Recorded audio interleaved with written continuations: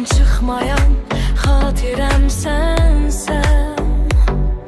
Sevgi payımsan, bəxtimə düşən, alın yazımsan, unutmaz, unutmaz qəlbim heç zaman baxışlarını, gülüşlərini.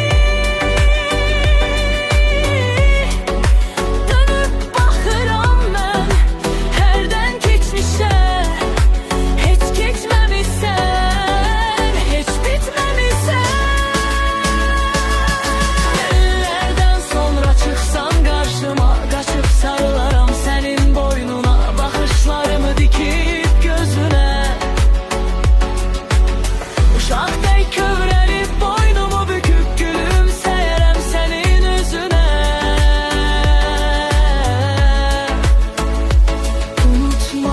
Unutmaz, unutmaz qəlbim heç zaman o gözlərini, ağlımda qalan o sözlərini.